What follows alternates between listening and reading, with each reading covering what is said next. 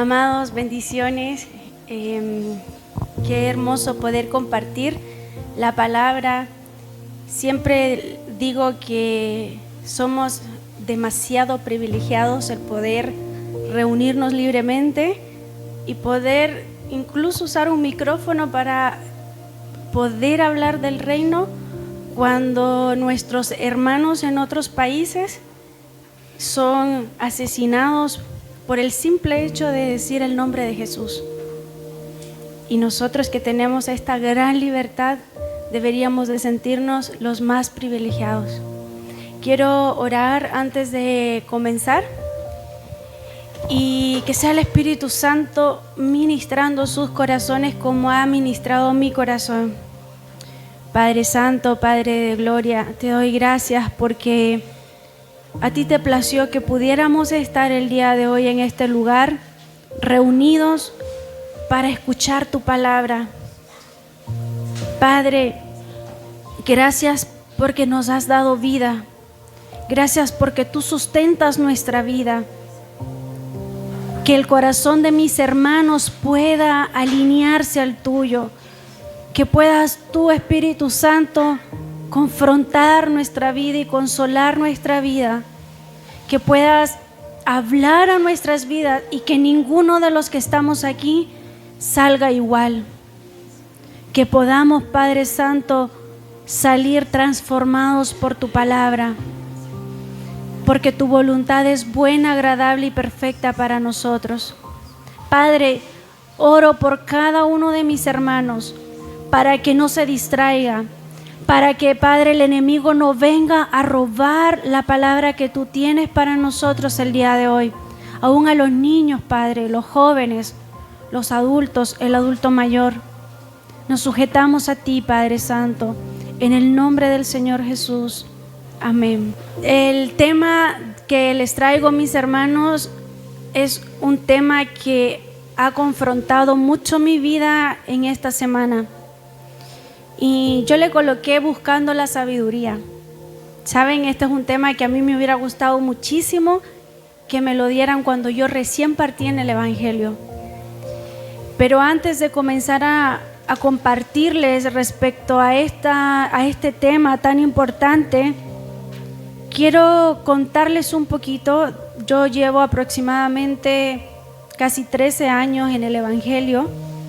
A mí el Señor me sacó de el infierno en la tierra.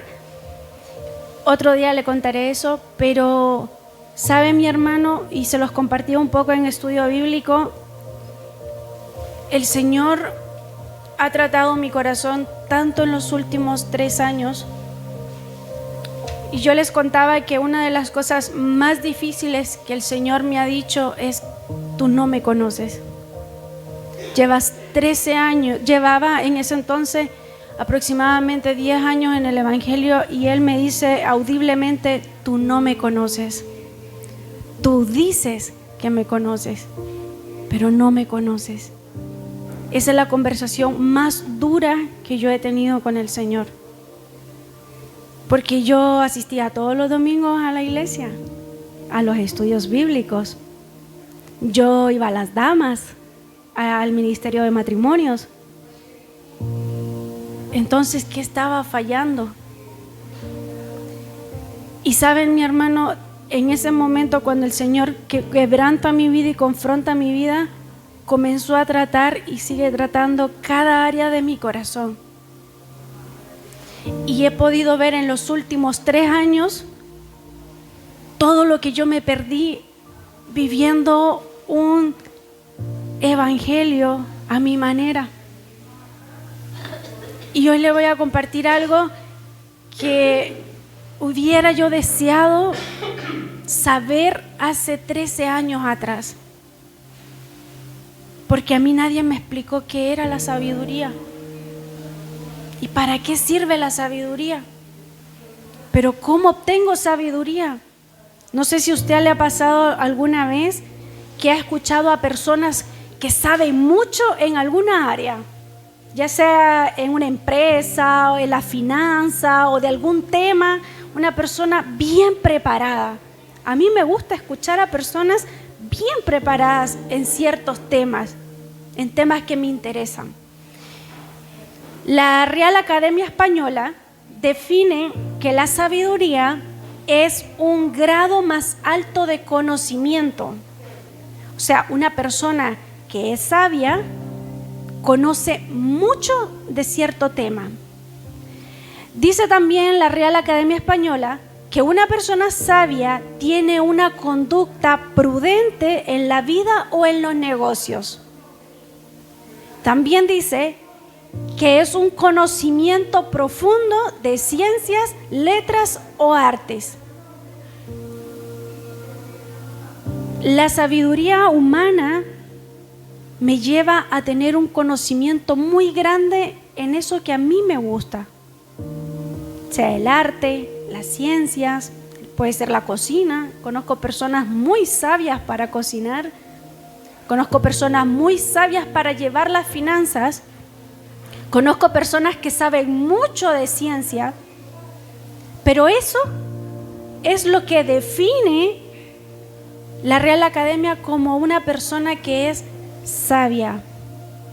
Pero la Biblia, mis hermanos, la Biblia nos dice algo mucho más profundo, porque la palabra siempre va a ser mucho más profunda que lo que nosotros como humanos podemos entender. ¿Qué dice la Biblia sobre la sabiduría? Eso es lo que vamos a ver el día de hoy, y vamos a ver que hay dos tipos de sabiduría. Proverbios 1:7, en la versión Reina Valera, dice: el principio de la sabiduría es el temor del Señor. Los insensatos desprecian la sabiduría y la enseñanza. ¿Cuántos alguna vez han escuchado este versículo? Yo lo he escuchado 13 años y hasta esta semana lo entendí. Porque dice: el principio de la sabiduría es el temor al Señor. Luego dice que los insensatos la desprecian la sabiduría y la enseñanza. Entonces, vamos a ver, y yo espero, mi hermano, que usted y yo nos vayamos, como dicen en mi país, bien claritos como el agua, respecto a qué dice la Biblia sobre la sabiduría y por qué como iglesia debemos buscar esa sabiduría. La Biblia nos habla de dos tipos de sabiduría. Vamos a leer lo que dice Santiago 3, versículo 13 al 18.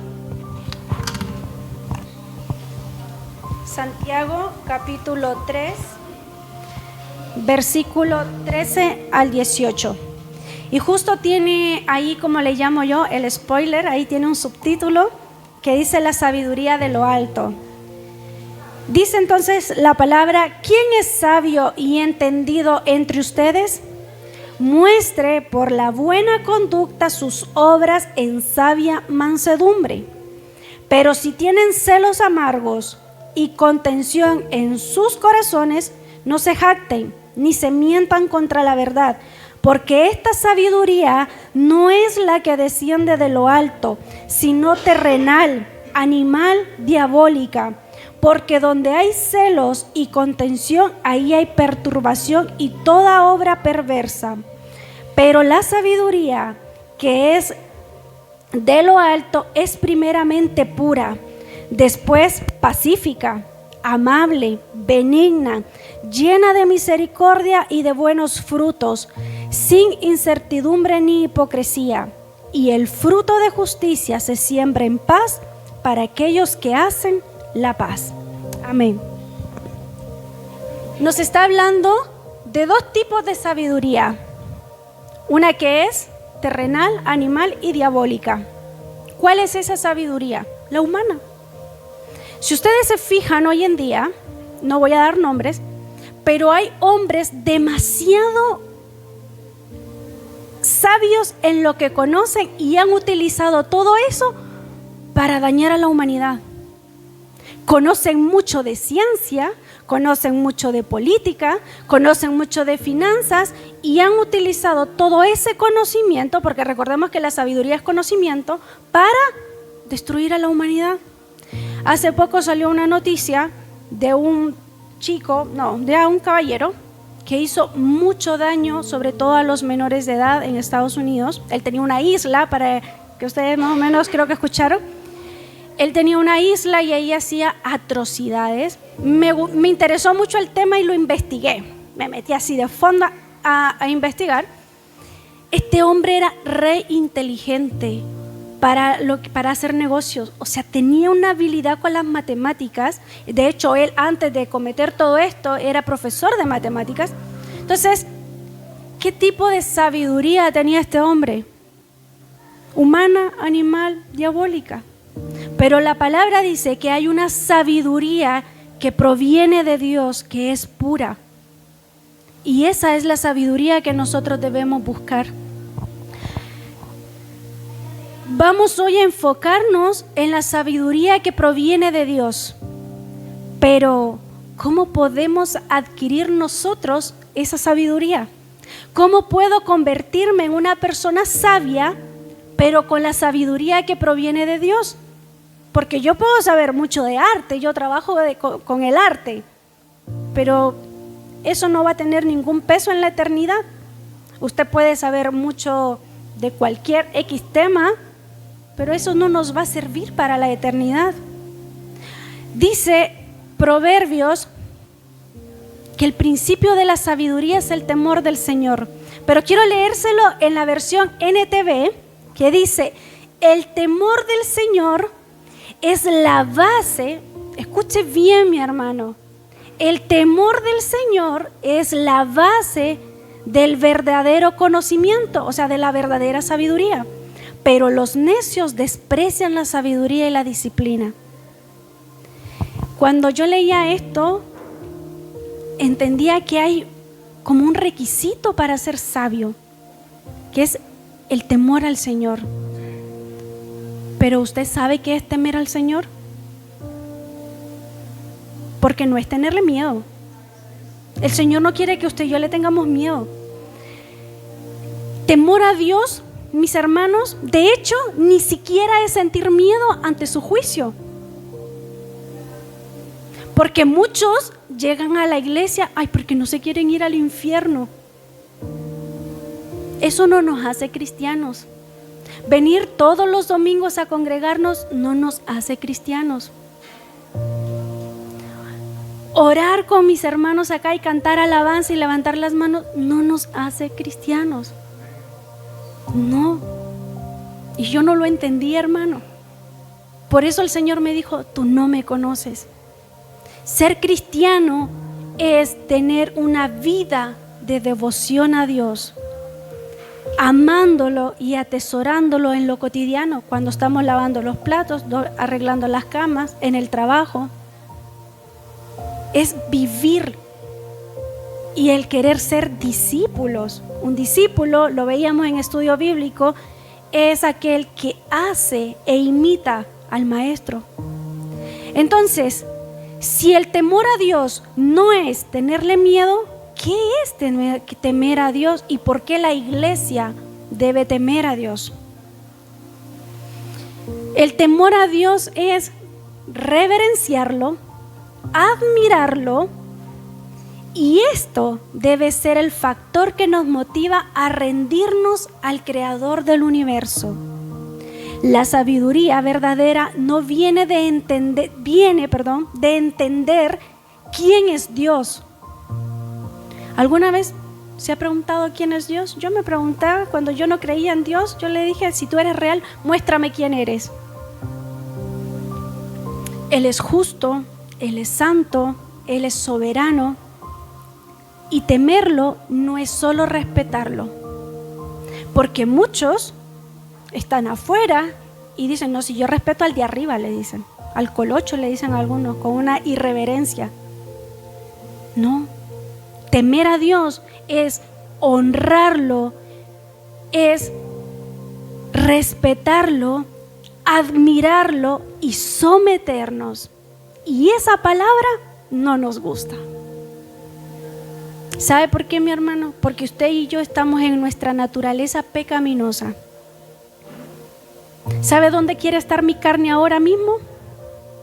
Acostada en mi cama, tomándome un tecito. He estado resfriada toda la semana y me he desvelado toda la semana. Allá quiere estar mi carne y lo soy bien sincera. Pero ¿dónde quiere estar mi espíritu? ¿Sabe, mi hermano? La verdadera sabiduría proviene cuando yo entiendo que Dios se merece todo de mí. Mi rendición total, someterme a Él, renunciar a mi primer ídolo, yo. Me gusta mucho esta frase y me la repito constantemente. El corazón del hombre sin Dios es una fábrica de ídolos. Yo no sé cuáles son sus ídolos, hermano, pero yo he identificado los míos y he tenido que caer rendida delante de Dios pidiéndole perdón.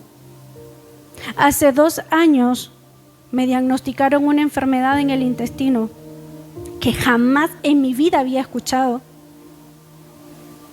Y cuando salgo de médico y el médico me dice: tu enfermedad no tiene cura, no busques medicina porque no hay. Y cuando yo salgo de esta consulta médica, yo salí súper contenta. Y le dije a mi esposo: mira, amor, todo lo que no puedo comer. ¿Sabe por qué salí contenta? Porque cuando el doctor me estaba diciendo que yo tenía un problema, que no tenía cura, el Señor me dijo: esa es tu idolatría, la comida. Y entendí que ese era su plan. Hice el tratamiento. Hay cosas que yo no puedo comer, pero ¿sabe? No me causa dolor. Recuerdo la palabra del Señor: esa es tu idolatría. Porque para mí ayunar es terrible. Ay, la hermana, sí, porque todos tenemos nuestras luchas. Hermano, yo no sé cómo se llama a eso que tú le has puesto en el primer lugar y no es el lugar del Señor. Eso es idolatría. Tus hijos, tus nietos, tu casa, auto, trabajo, celular. Si yo le contara cómo el Señor me ha tratado por este aparatito, porque qué rico es estar así. Idolatría. Nos idolatramos tanto, mi hermano, que hablaba con mi esposo: hoy no estamos ni conforme como Dios nos hizo. Si somos de pelo ondulado, nos alisamos. Si tenemos esto, no, vamos y nos ponemos otra cosa. Que no está mal cuidarnos, no digo que está mal, pero nos autoidolatramos demasiado. Porque así es el corazón del hombre, una fábrica de ídolos.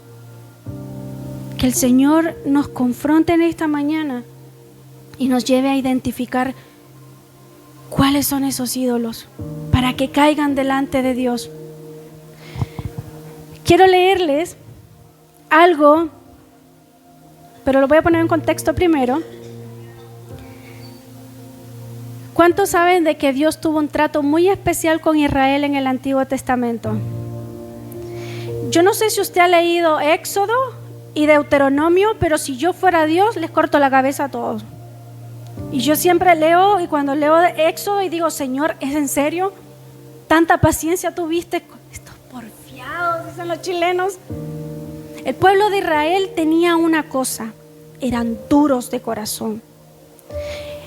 Estos libros son históricos. ¿Por qué están ahí? ¿Por qué Dios dejó ahí escrito toda la idolatría y el corazón duro de Israel para enseñanza de nosotros? Si nosotros no somos diferentes, mi amado, no somos distintos. ¿Saben?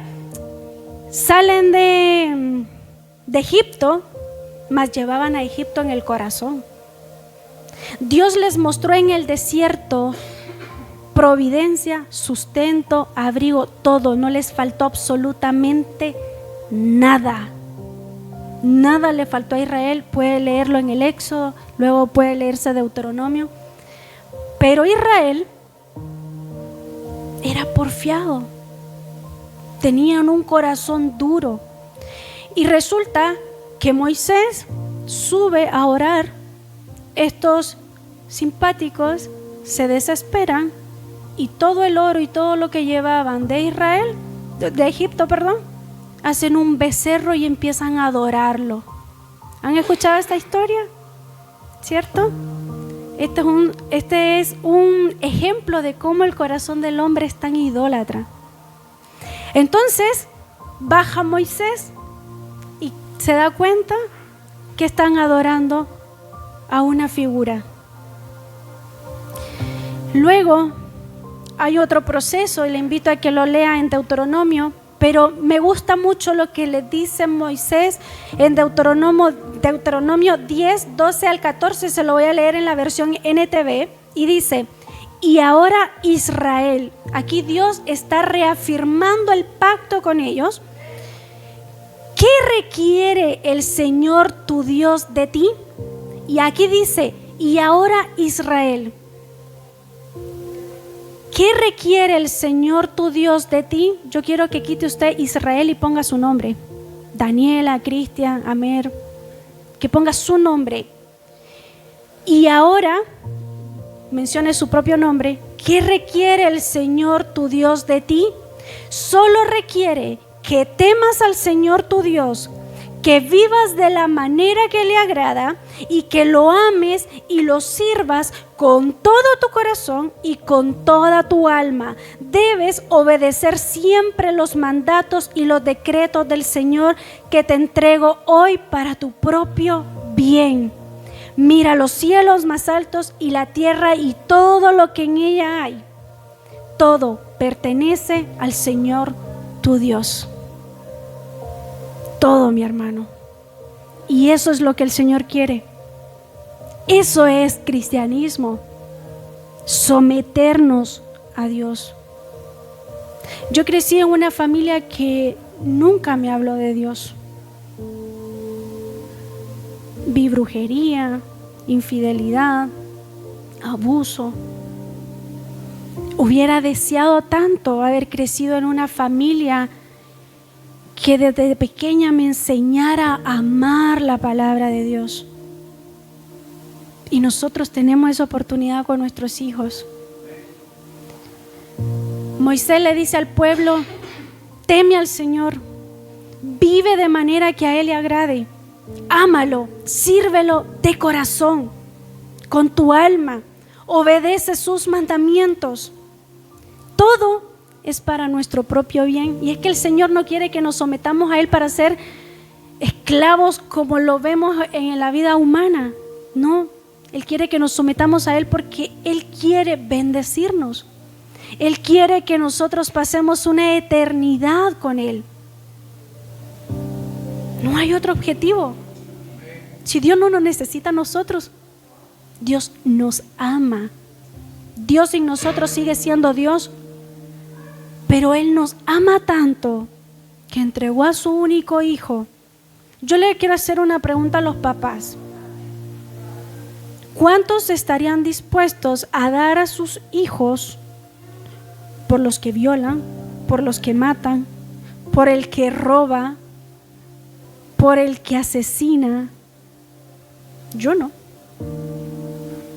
Pero el Señor sí lo dio y nosotros robamos, matamos. Lo dio por amor, porque de tal manera amó Dios al mundo y se humilló hasta la muerte. ¿Sabe, amado? Si usted no ha leído la historia, morir en una cruz era lo más deshonroso. No idolatre la cruz, hermano. No idolatre la cruz. Sabe que somos muy buenos para cargar la cruz acá. Y alguien me decía: ¿por qué llevas una cruz y ahí llevarías algo en lo que mataron a tu hijo? No. Ahí Él se humilló hasta la muerte por amor a nosotros. Temer a Dios incluye entender lo mucho que Dios aborrece el pecado. Temer a Dios incluye quitar la idolatría de mi vida y someterme a Él. Temer a Dios es entender que como padre que ama a sus hijos, también me disciplina. Temer a Dios es querer vivir una vida que le agrade pese a que Él sabe que me voy a caer, que voy a pecar, que le voy a fallar. Temer a Dios me lleva a querer vivir examinando mi vida de tal manera que no haya un solo día en el que yo no quiera vivir pidiendo perdón, porque todos los días nos equivocamos. Quiero darle un ejemplo de alguien que examinaba su vida porque quería agradar a Dios y pese a eso igual se equivocó, mi hermano, porque era un ser humano igual que usted, igual que yo. El Salmo 119 se le atribuye a David, aunque no está 100% comprobado, pero dice el salmista en el Salmo 119, versículos 56 y 60, se lo voy a leer en la versión de Palabra de Dios para Todos, perdón. Examiné cuidadosamente mi vida y decidí regresar a ti y seguir tus enseñanzas. Me di prisa, no me tardé a obedecer tus mandamientos. El Señor habló mucho a nuestras vidas el año pasado con este versículo, porque el salmista corría a examinarse delante de la palabra de Dios.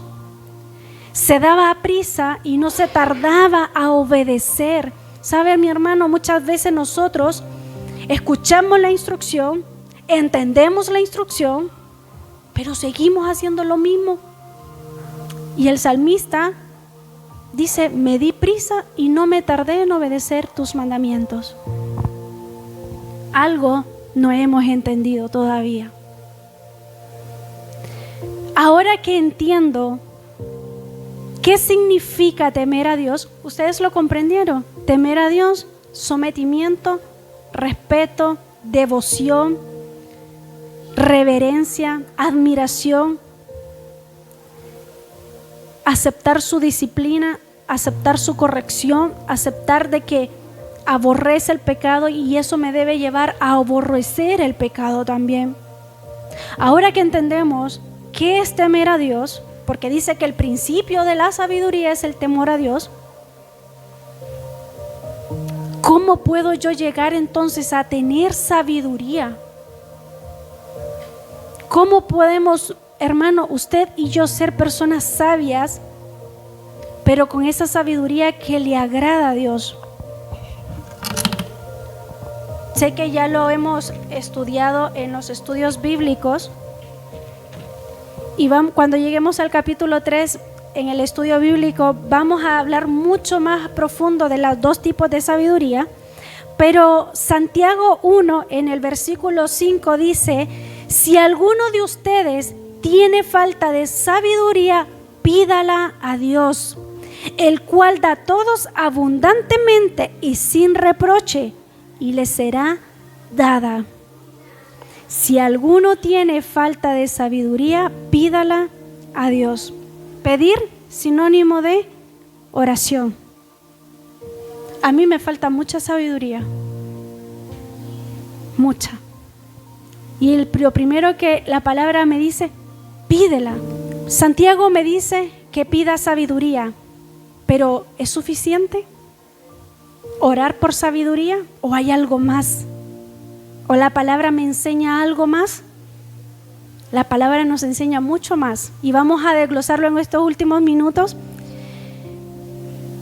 Santiago me dice que debo pedir sabiduría, pero recordemos que Santiago es una carta para llevar una vida práctica cristiana. La vida práctica cristiana no es sinónimo de pasividad. Porque Santiago nos dice que la fe sin obras está muerta. Santiago nos dice que la fe sin obras está muerta. ¿Nos salvamos por las obras? No. Las obras son una evidencia de mi fe. Pero yo no puedo decir que tengo fe y no ser congruente con esa fe que digo tener. Entonces, como la fe no es pasiva y Dios le dijo a Josué, esfuérzate y sé valiente, Dios nos dice hoy, esfuércense y sean valientes.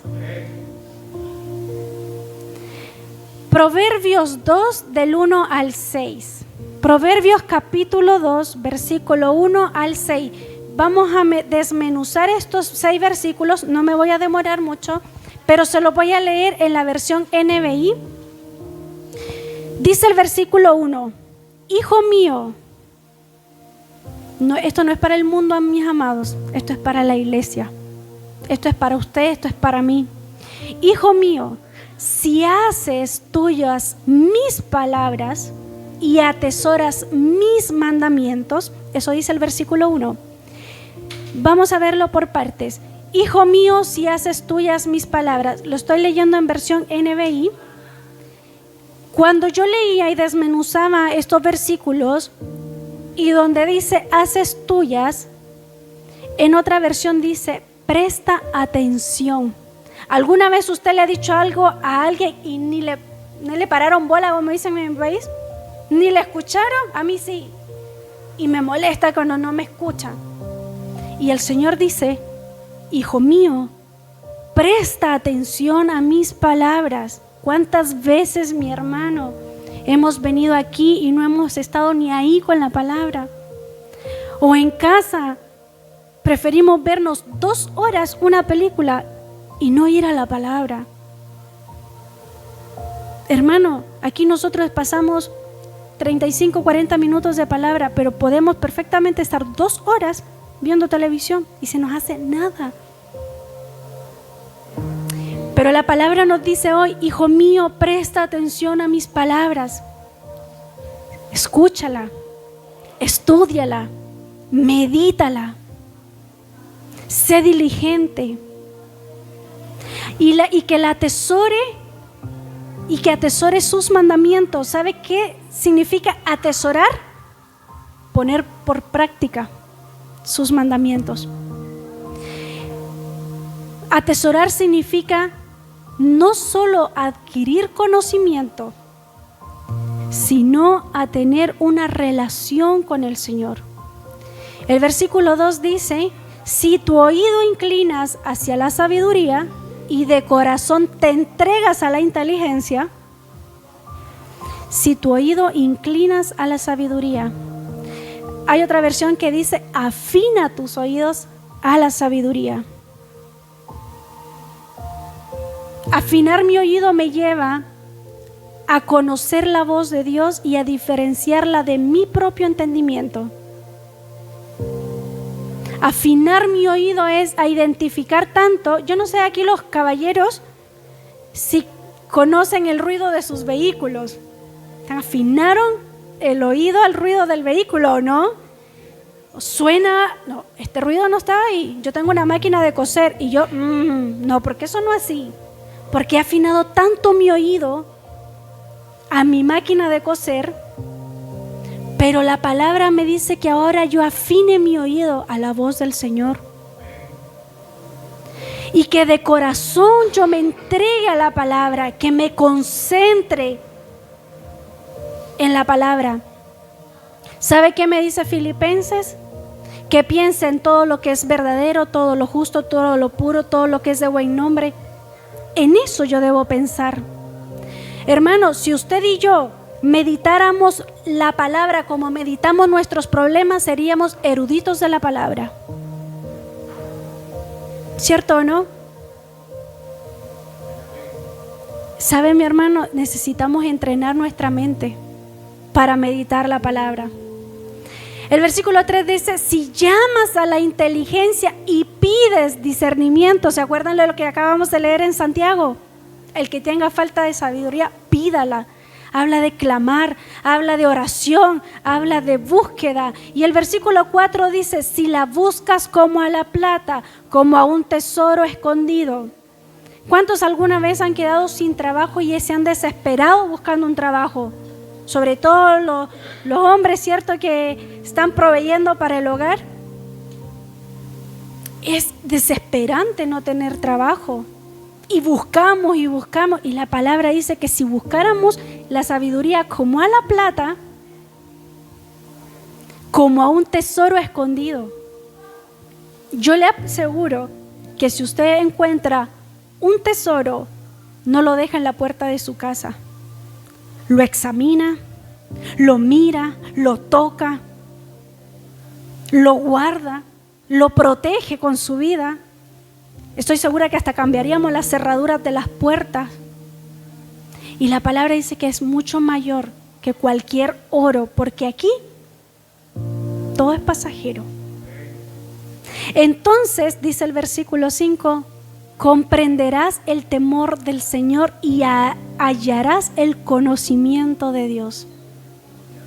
Si yo hago suyas sus palabras, si las atesoro en mi corazón, cada uno de sus mandamientos, si afino mi oído a la palabra de Dios, si inclino mi corazón sometiéndome a la sabiduría que proviene de Dios, si yo clamo y pido discernimiento para entender su palabra, si yo me esmero cada día por buscarla, entonces usted y yo, mi hermano, comprenderemos el verdadero temor del Señor. Pero ¿sabe a qué nos va a invitar esto, hermano? A renunciar. Y somos los seres humanos muy buenos en quedarnos cómodos. Y la palabra no nos llama a vivir en la comodidad. El versículo 6 dice, porque el Señor da la sabiduría y conocimiento y ciencia brotan de sus labios. ¿Sabe, mi hermano? Esto es precisamente lo que Dios quiere. Que usted y yo seamos sabios. Sí, estudie. Sí, especialícese más en su trabajo. Sí, sea el mejor empleado. Sea la mejor ama de casa. Administremos bien nuestros hogares. Porque de eso da testimonio para el que no es cristiano en nuestro hogar. Pero sobre todas las cosas, esmerémonos por alcanzar sabiduría que proviene de Dios. Mi hermano, ¿quiere ser sabio? No hay otra forma. No hay otro método. No hay atajos. Estudie la palabra. Medite la palabra. Pregunte. Hermano, ¿qué le impide? ¿Qué le está impidiendo abrir su Biblia cada día? Jóvenes, ¿qué les está impidiendo no acercarse a Dios? ¿Saben? Yo hubiese deseado a la edad de ustedes haber conocido a Dios. ¿Cuántos años tienes tú? 15, ¿y tú? A esa edad yo estaba atravesando una de las depresiones más grandes que he vivido en mi vida. Sin Dios. Y había intentado suicidarme 3 veces. Hubiese deseado que alguien a esa edad me hubieran dicho, hay alguien que te ama tanto. Hubiese deseado abrir una Biblia y leer esta bendita palabra. ¿Qué le impide? ¿Qué nos impide a nosotros? Mi hermano, el Señor dice, aquí estoy. Yo te doy sabiduría. Depende de usted y de mí que la busquemos. ¿Sabe que hay algo que el Señor hace, mi hermano? Y es que nos da esta libre decisión. ¿Sabe por qué el Señor no obliga a nadie? Porque Él no quiere marionetas. Él quiere hombres y mujeres redimidas y entregadas por amor. Por amor, hermano. ¿Sabe, mi hermano? En el último tiempo, con mi esposo entendimos que trabajar de domingo a domingo era en vano. Hace 5 años, casi 6, Dios nos dio un emprendimiento con mi esposo, del cual pues se sostiene la familia. Pero llegó a un punto en el que amamos más los panes y los peces que a quien nos dio el pan y el pez. Y empezamos a idolatrar nuestro emprendimiento y a vivir para nuestro emprendimiento. Y todo giraba en torno al emprendimiento. Y descuidamos la familia, descuidamos lo más valioso que era nuestra relación íntima con el Señor. Una fábrica de ídolos.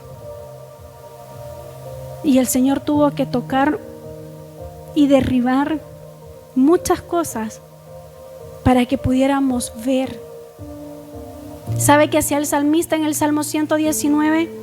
Y le decía en el versículo 18: abre mis ojos y miraré las maravillas de tu palabra.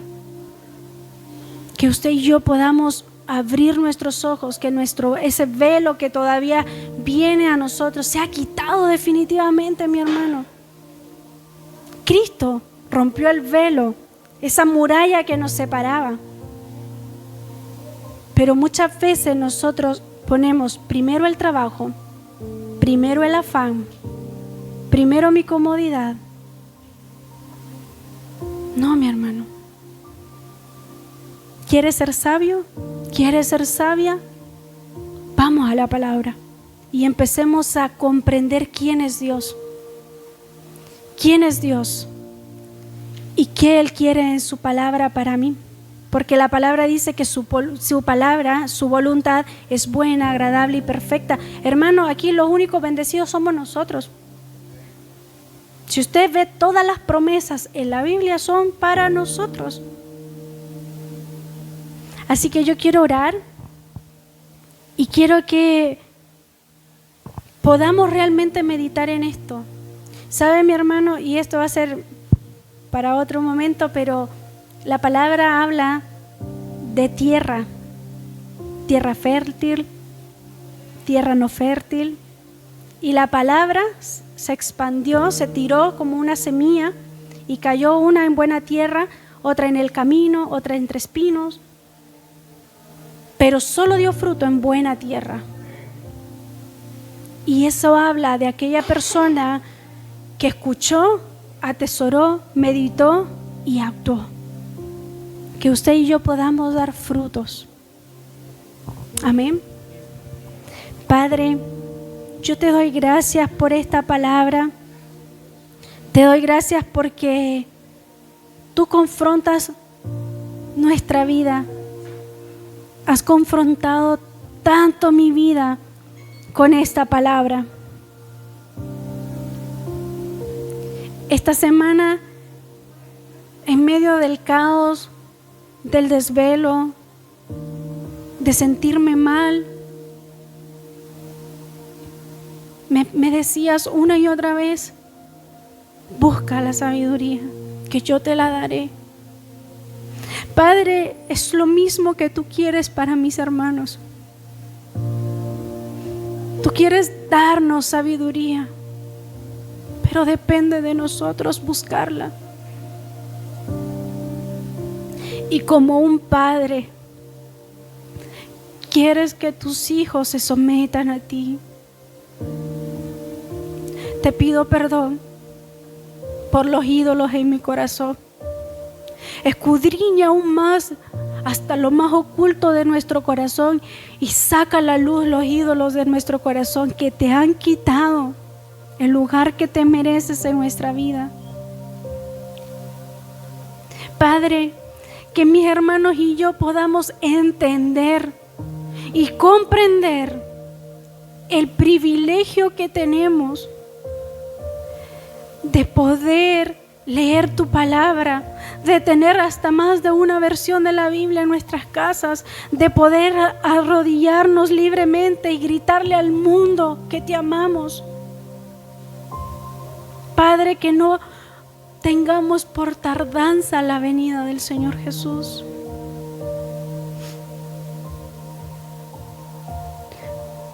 Tú no vienes a buscar lo externo. Tú no vienes por la apariencia. Tú vienes por el corazón humillado de una iglesia que entendió y comprendió que temerte a ti es someternos día a día a tu señorío. Es poder reverenciarte, es poder aborrecer lo que tú aborreces, amar lo que tú amas.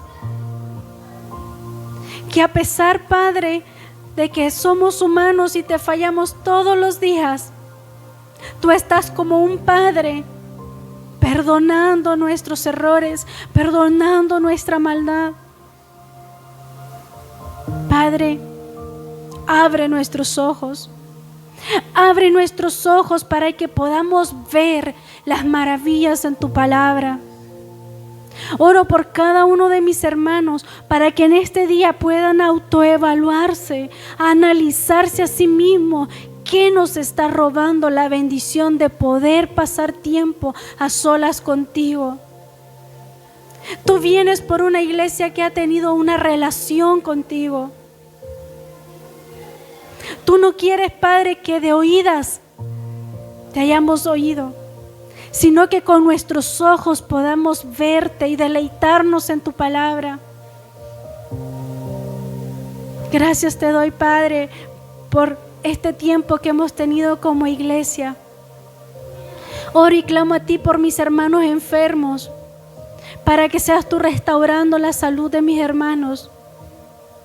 Que aún ellos, Padre, en sus casas puedan ser, Padre, inquietados por el Espíritu Santo. Padre, tú vas a añadir a los que tú quieras a este lugar, pero los que ya estamos necesitamos, Padre, crecer en sabiduría. Prepáranos, Padre, pon más hambre, pon más sed por tu palabra en nuestras vidas. Te lo pido en el nombre del Señor Jesús. Sigue, Padre, tratando nuestros corazones. No dejes de confrontar nuestras vidas. Padre, que podamos verdaderamente someternos a ti. En el nombre del Señor Jesús. Amén y amén.